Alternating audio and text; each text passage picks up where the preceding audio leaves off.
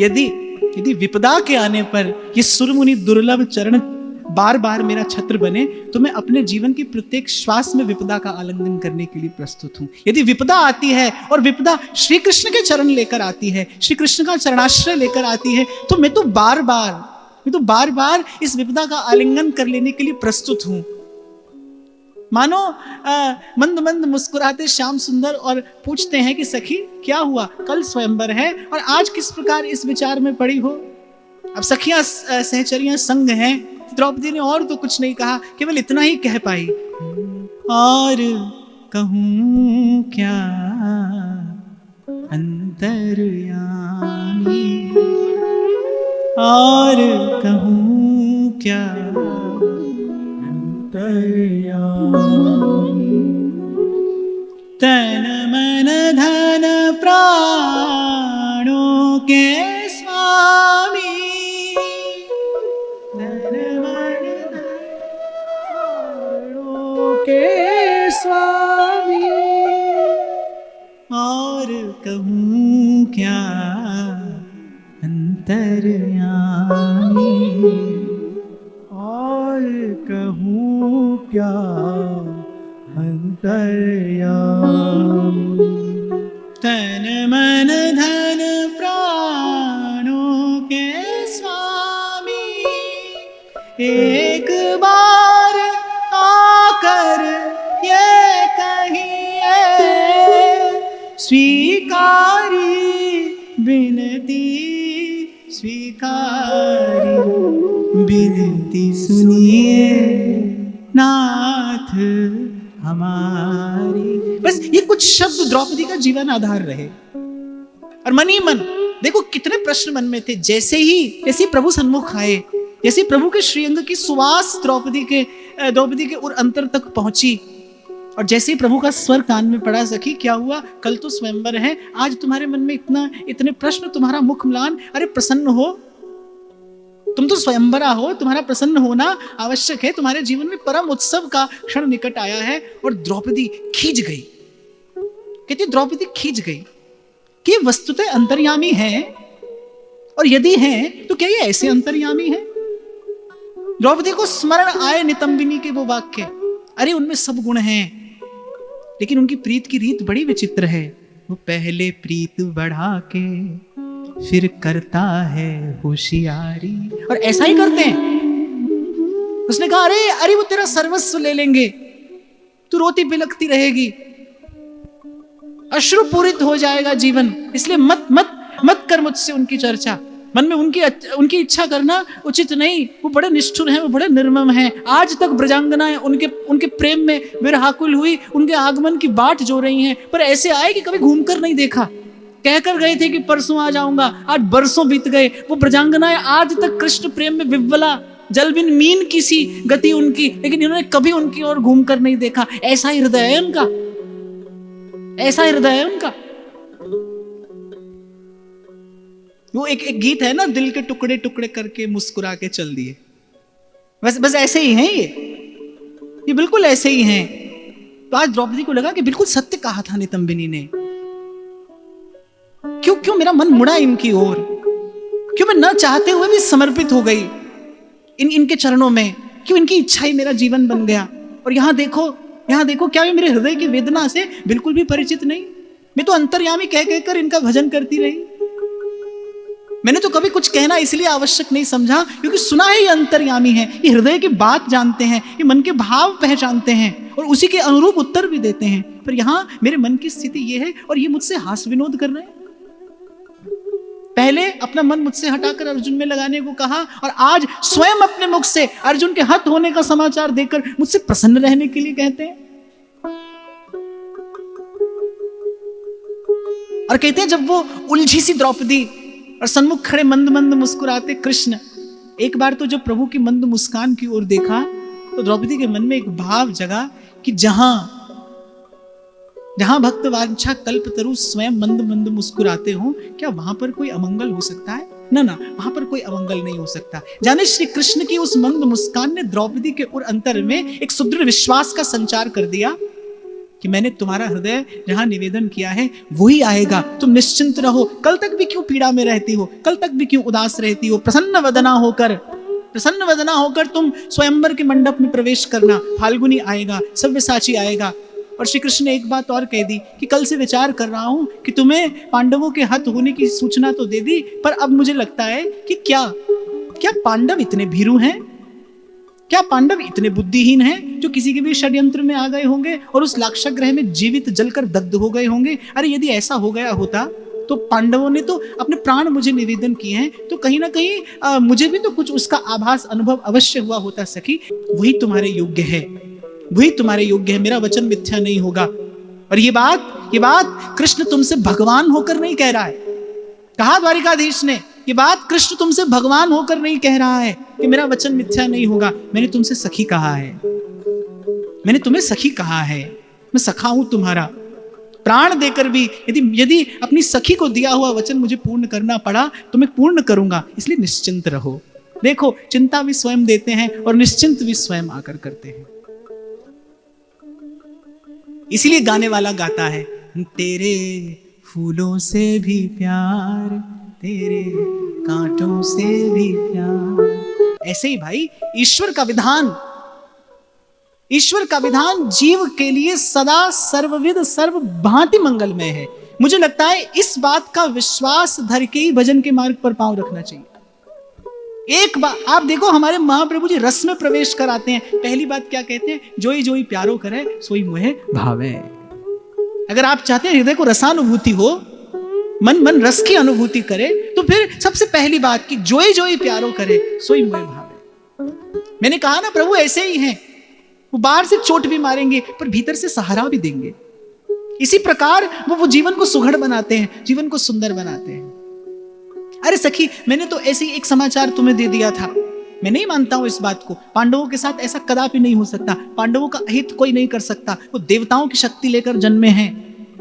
महत्व तो उद्देश्य की पूर्ति के लिए उनका धराधाम पर आना हुआ है। तुम तो ऐसे ही चिंता में पड़ गई। याज्ञसेनी को ऐसी चिंता करना शोभा नहीं देता। और चलते चलते अब कल स्वयंवर के मंडप में ही तुमसे भेंट होगी, और चलते चलते इतना और धीमे से उसके कान में कह चले, और कृष्ण की सखी को चिंतित होना तो कदापि शोभा नहीं देता।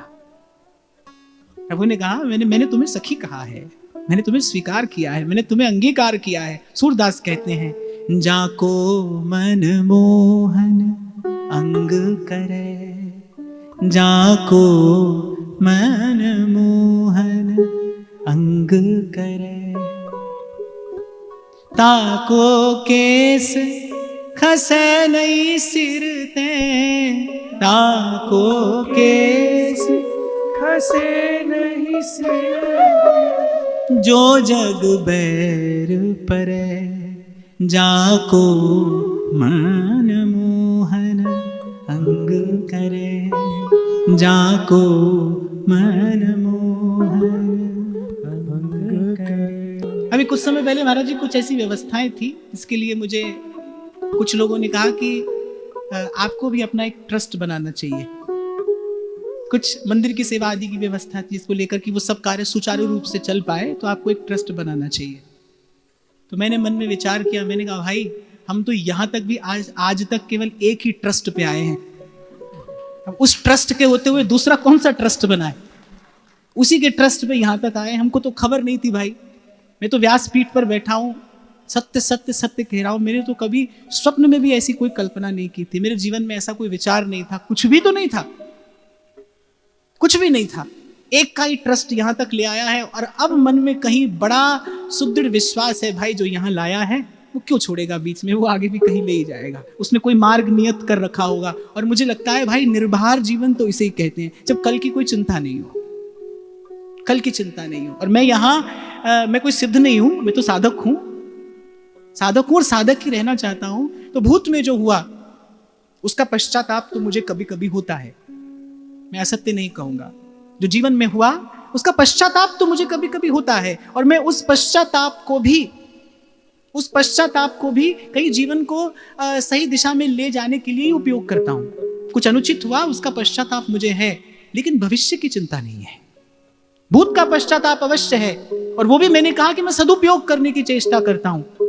कि जो अनुचित हुआ वो फिर ना हो, जो भूल हुई वो पुनः ना हो। यद्यपि खबर नहीं कब हो जाए, खबर नहीं कब हो जाए। मैं तो जीव हूं, मायाबद्ध हूं, प्रारब्ध के अधीन हूं। हाँ, पर इन संतों की कृपा से, इन गुरुजनों के आशीर्वाद से मन वहां तक आया है, यहाँ कल क्या होगा इसकी बात की कोई चिंता नहीं है। चरण पर रख दिया जब माथ तो किस बात की। अरे जग जंजाल से छुड़ाकर श्री जी ने वृंदावन बसाया। यहाँ पर नित्य सत्संग का सुख हमको मिल रहा है, संतों का दर्शन मिल रहा है, श्री जी का प्रसाद मिल रहा है। और किस विधि ठाकुर जी हमसे आकर कहेंगे भाई तुमको हमने अपना लिया है, और कैसे आकर प्रभु हमसे कहेंगे कि हमने तुमको अपना लिया है, तुम हमारे हो, हम तुम्हारे हैं। इसी प्रकार तो प्रभु बता रहे हैं। नहीं तो भाई यहां काल साक्षी है, इतिहास प्रमाण है कि जो जितेंद्रिय हो गए, जिन्होंने शमदम आदि साधनों से स्वयं को भीतर बाहर से साध लिया, जो भक्ति के उत्कर्ष पर पहुंच गए, वहां भी कुछ ऐसा हुआ कि मन किसी हिरण के बच्चे सी वस्तु में आकर अटक गया। यहां तो ऐसा भी होता है, हुआ है, और कभी भी किसी के साथ भी हो सकता है। प्रभु सब ओर से हटाकर ले आए हैं, यहां बैठाते हैं अपने चरणों में लाकर, सत्संग का सुख मिल रहा है, प्रसाद मिल रहा है। अरे इस विधि प्रभु यही तो कह रहे हैं कि आप हमारे हैं और हम आपके हैं। तो प्रभु ने कहा कि कृष्णा किसी को भी चिंता शोभा देती है, पर कृष्ण की सखी को नहीं। तो मैंने सखी कहा है, मैं सखा हूं तुम्हारा। किसी भी विपदा में, किसी भी विपत्ति में, तुम्हारा प्रारब्ध तुम्हें कहीं भी ले जाए, तुम किसी को पाओ न पाओ। कहते श्री कृष्ण अपनी वार्ता में अनेक अनेक संकेत दिए जा रहे हैं द्रौपदी को। बड़ी से बड़ी विपदा में, प्रतिकूल से प्रतिकूल परिस्थिति में, किसी को पाओ न पाओ, पर ये तुम्हारा प्राण सखा सदा तुम्हारे संग खड़ा रहेगा, कभी तुम्हारे आगे, कभी तुम्हारे पीछे। तुम यत्र तत्र जहां पाओगी मुझे पाओगी, और बिना बुलाए पाओगी, बिना बुलाए पाओगी। वहां द्रौपदी के मन में अभी अभी प्रश्न उठ रहा था कि क्या वस्तुतः अंतर्यामी है, और वहां कृष्ण कह रहे हैं कि कृष्णा, ये बात कृष्ण भगवान होकर नहीं कह रहा, मैं किसी के लिए अंतर्यामी हूं नहीं हूं, पर अपनी प्राण सखी के मन की बात तो अवश्य जानता हूं। स्मरण नहीं, पूर्व जब तुमसे मिलन हुआ था, पूर्व जब तुमसे भेंट हुई थी, तो तुमसे कहता हुआ गया था मैं कि देह के धरातल पर तुम कहीं रहो, किसी के साथ तुम्हारा संबंध हो, पर तुम्हारी चेतना का तार मुझसे हमेशा जुड़ा रहेगा। तुम्हारी चेतना का एक तार मुझसे हमेशा जुड़ा रहेगा। एक बात और मैं यहां पर आपसे निवेदन करूं, मैंने जो भक्तों का जीवन चरित्र देखा ना, प्रभु ने उन्हें संसार की बड़ी विचित्र विचित्र परिस्थितियों में रखा। कोई सभी घर और संसार का त्याग करके और वन में कोपीन धारण करके एकांतिक भजन करने वाले भक्त भगवान के नहीं हुए, सभी ऐसे नहीं हुए। इस विधि भी भक्तों ने भजन किया, पर अनेक अनेक भक्त जिन्हें प्रभु ने बिल्कुल संसार के मध्य में रखकर, व्यवहार में रखकर। और मुझे फिर याद आ रही है अपने कबीर साहब की बात। वो तो कह रहे कबीरा खड़ा बाजार में, केवल संसार में नहीं, बाजार में, जहां व्यापार के अतिरिक्त और कुछ नहीं होता, जहां केवल आने वाला अपने लाभ के लोभ से ही आता है। वो कह रहे कबीरा खड़ा बाजार में, और मैं बाजार में खड़ा होकर मांगे सबकी खैर, ना काहू से दोस्ती और ना काहू से बैर। भक्ति में सामर्थ्य है भाई ऐसी। कल भी मैं आपसे कह रहा था ना, मुक्ति वही जो जीवन रहते मिले, प्रेम वही जो देहाध्यास को देह के रहते समाप्त करते। जब देह तो हो पर देहाध्यास ना हो, जब सत्कर्म तो हो पर कर्तृत्व ना हो, जब अहम तो हो पर अहंकार ना हो। भक्त के पास अहम तो है पर अहंकार नहीं है। उसके पास अहम तो है, मैं सेवक सचराचर रूप राशि भगवंत। श्री गोस्वामी जी कह रहे हैं, हस अभिमान जाई जनि भोरे, मैं सेवक रघुपति पति मोरे। उसके पास देह है पर देहाध्यास नहीं है। उसके जीवन में सतत सत्कर्म है, पर उससे सुनो तो वो क्या कहता है, व्यास भरोसे कुमरी के सोवत पाम पसार। अरे ऐसे अद्भुत संत सेवी व्यास जी हुए, कैसे अद्भुत संत सेवा व्यास जी ने की। पर कोई पूछे क्या करते हैं तो कह रहे व्यास भरोसे कुमरी के सोवत पाम पसार। सतत सत्कर्म है लेकिन कर्तृत्व नहीं है, देह है पर देहाध्यास नहीं है, अहम है पर अहंकार नहीं है, अहंकार नहीं है।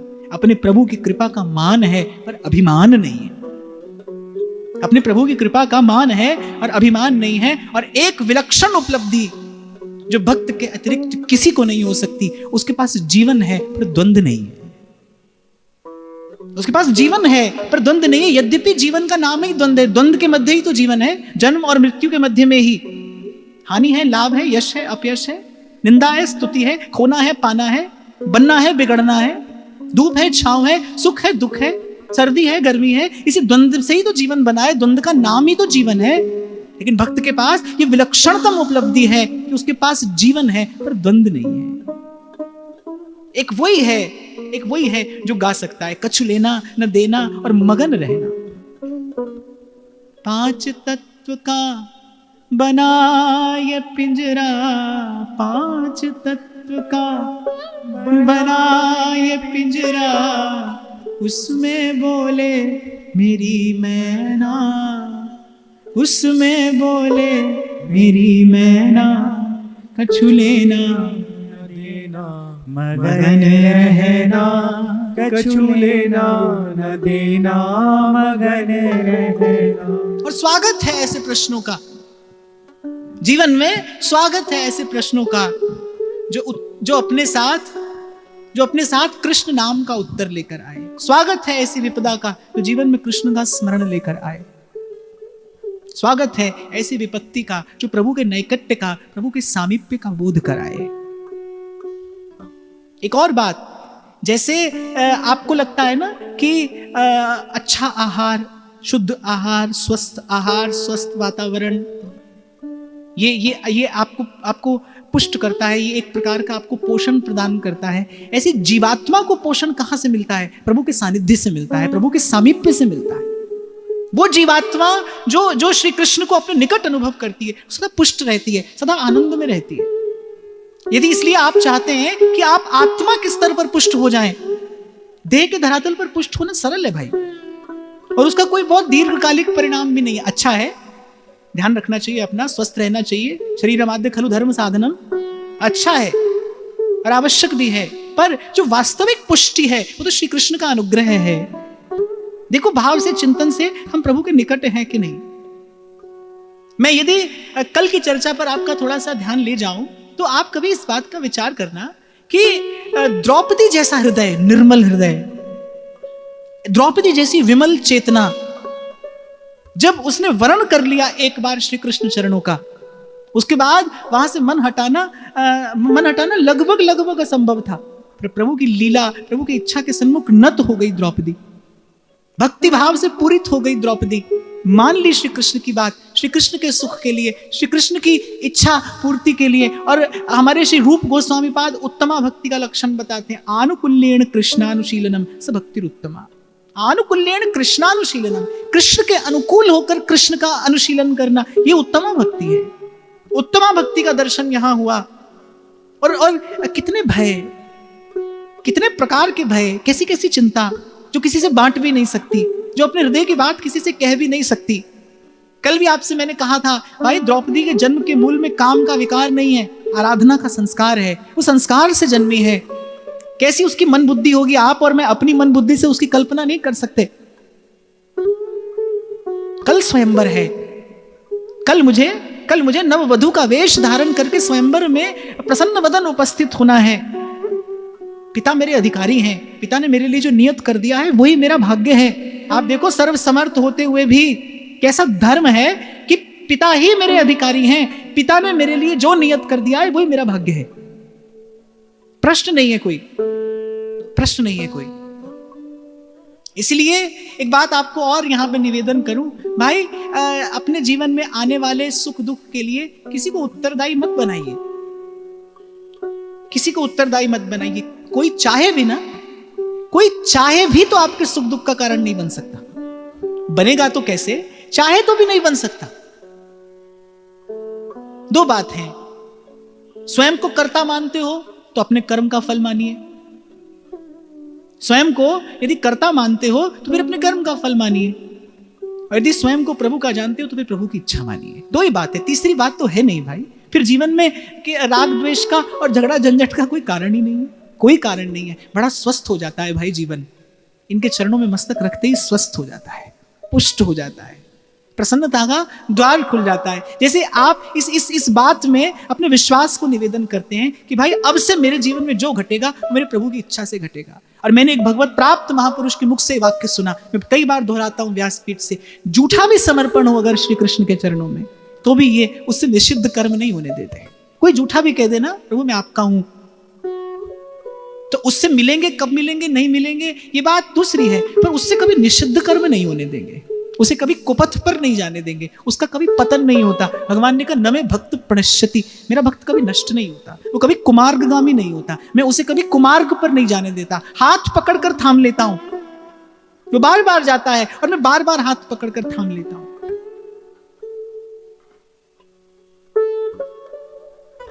मुझसे अगर कोई पूछे ना कि द्रौपदी के एक समग्र चरित्र चिंतन के प्रसाद स्वरूप आप क्या देते हैं, कोई एक शब्द यदि आप देंगे तो आप क्या देंगे? श्री कृष्ण के चरणों में बिना शर्त का समर्पण।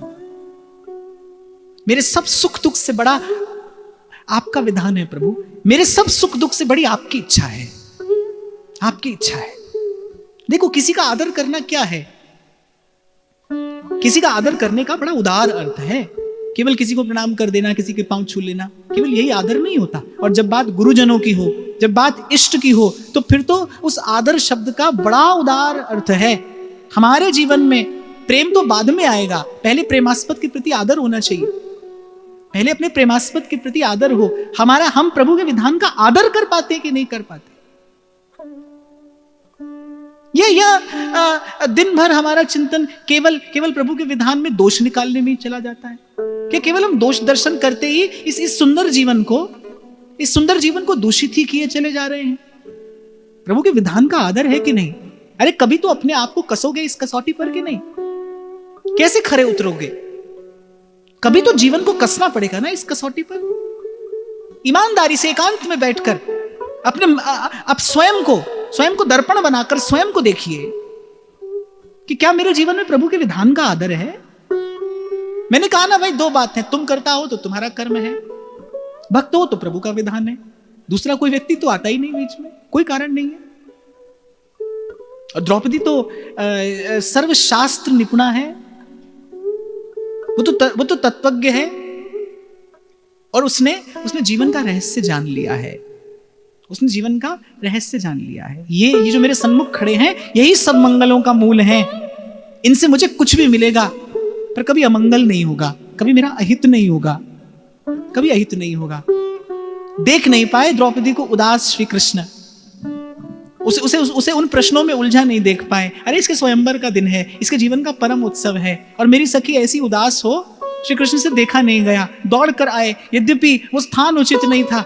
गौरी पूजन करके अपनी सखियों के संग महल की ओर जा रही हैं और बस बीच में से ही कहीं आ गए वो अत्यंत चंचल और कहा कि अरे सखी, मैं तो तुझसे समाचार दे रहा था, पर चिंता का क्या कारण है? तुझे कृष्ण ने अपनी सखी कहा है, चिंता का कोई कारण नहीं, चिंता तुझे शोभा नहीं देती। फिकर करे सो बावरा, जिकर करे सो सा।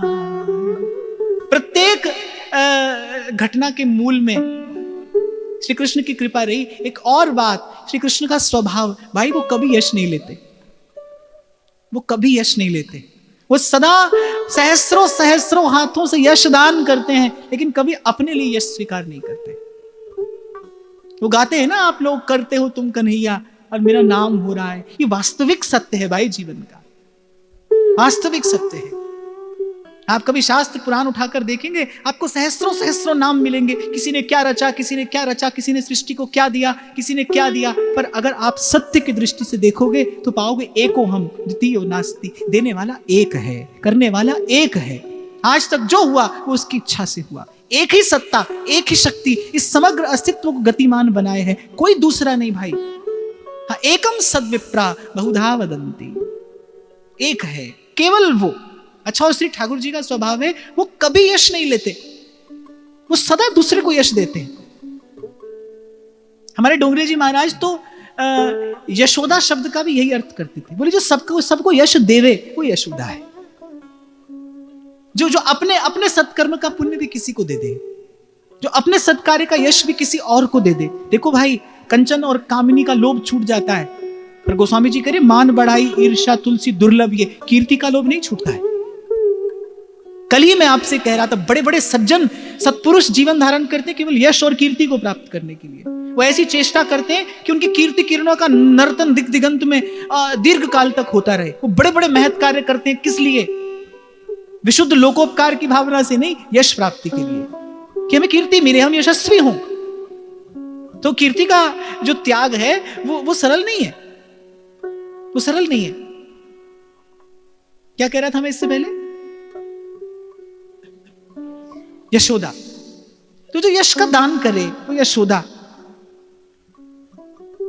और श्री डोंगरी जी महाराज कहते थे, जिसका हृदय इतना उदार हो जाए ना, जो अपने यश का भी दान कर दे, बोले उस उदार हृदय में फिर सर्वात्मा आकर विराजमान हो जाए। उन्हें बैठने के लिए इतना उदार स्थान चाहिए, उन्हें बैठने के लिए इतना विशाल हृदय चाहिए, जो अपने यश का भी दान कर दे, जो अपनी कीर्ति का भी दान करता चले। और प्रभु तो ऐसे हैं भाई, ये प्रभु का स्वभाव है। मैंने अपनी अल्प सी बुद्धि से ऐसा जीवन में अनुभव किया कि सब महत् कार्यों के पीछे प्रेरणा में भी वही, उस कार्य के काल में सामर्थ्य और चेष्टा में भी वही, और उस सामर्थ्य और उस चेष्टा के प्रतिफल में एक कर्म का अनंत परिणाम देते समय उदारता में भी वही। लेकिन यश किसे मिला? कभी मुझे और कभी आपको, पर मूल में केवल एक वो, केवल एक उन्हीं की सत्ता से यहां का कण कण गतिमान हो रहा है।